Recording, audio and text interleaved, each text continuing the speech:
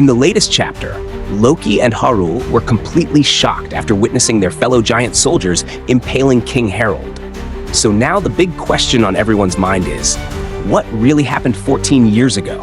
And in this video, we'll try to answer that. Just a reminder, everything I'm about to share here is purely theory. 14 years ago, a holy knight visited Elbaf to talk with King Herald about possibly forming an alliance with the world government.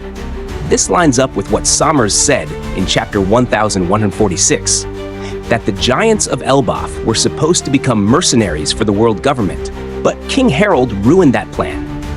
There's also another clue in chapter 1151, where Emu himself mentioned King Herald's refusal to cooperate. So from those two references, we can conclude that King Herald declined Emu's proposal for Elbaf to side with the world government. And that very day, when Loki saw his father being attacked by soldiers, was likely the day King Herald refused the Holy Knight's offer.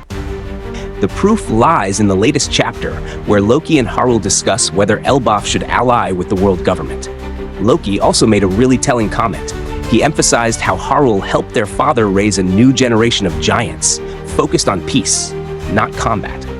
Which, in my opinion, hints that King Herald truly had no intention of cooperating with Emu. It seems that King Herald, feeling threatened by Emu's offer, secretly raised young giants who were peaceful and non-combative. That way, if Emu ever tried to use them, they wouldn't be able to fight. I believe that was the plan between King Herald and Harul. That's why they established the Old Library and the Walrus School. I also think that when King Herald was young, he actually liked the idea of working with the world government. In the latest chapter, we saw that just like Loki, young King Herald was wild and violent.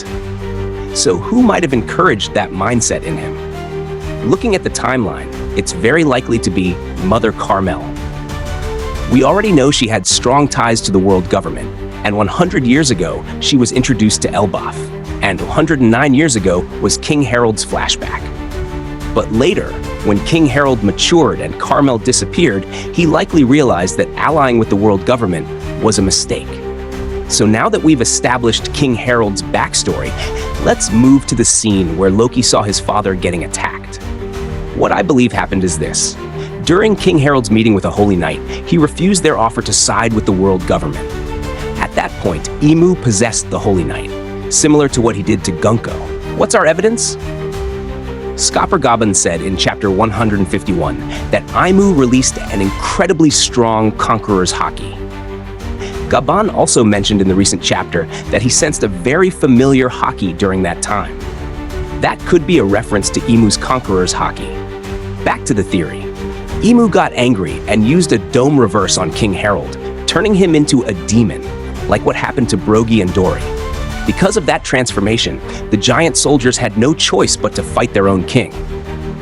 King Herald lost his sanity, just like Brogi did when he attacked even his own friends. So the moment we saw the soldiers stabbing King Herald, that was exactly when Loki arrived. Remember, when Emu turned Brogi into a demon, he also gained regeneration powers. So when the giants stabbed King Herald, do you think he actually died? Of course not. He was still alive due to his regeneration. Here's one major clue, the sword impaled in Harul's head. At the start of the Elbaf arc, we saw a sword stuck in Harul's head and wondered who did it. Later, in chapter 1136, it was revealed that Loki did it. And in the latest chapter, we saw that exact moment. Now, if you look closely, the sword design is very similar to King Herald's. And the chapter confirms that the sword stuck in Harul's head belonged to King Herald. Another point, Loki and Harul are roughly the same size. That sword is clearly too large for an ordinary giant, so most likely, King Herald himself stabbed Harul. So Harul probably lost consciousness at that point. That's when Loki stepped in. He tried to stop his father from attacking the other soldiers, and Harul. The result? All the giants in the castle were killed, until only Loki and King Herald were left. That's when Loki ended his own father's life. And possibly at that very moment, Harul woke up. That's why, from his point of view, he believes Loki killed King Herald, because he had no idea that their father had already turned into a demon. Now, about that mysterious character who appeared in the last chapter, you might be asking, what happened to the holy knight that Emu possessed? My theory is that Loki killed him too, because the legendary devil fruit didn't end up with the world government. And I believe that devil fruit was none other than the Hito no Mi model Nika. Why? Because the timeline perfectly fits this theory. Remember, King Herald was killed 14 years ago, and Shanks acquired the Hito no Mi only 13 years ago. So it's possible that after Loki killed the possessed Holy Knight, he set sail as a pirate, but didn't take or eat the devil fruit, because he didn't feel like he deserved it. Loki, as we've seen, has strong principles. He rejected Shamrock's offer, and even turned down Luffy's invitation. So the question now is, who took the devil fruit? I think it was the Cypher Paul agents. Yes, who's group. That might be what Shanks wanted to warn King Herald about. He told him not to ever hand over the legendary devil fruit to the world government. But when Shanks arrived at the castle, he realized he was too late. Cypher Paul had already gotten to it. That's likely when Shanks took back the fruit from Who's Who 6 years later.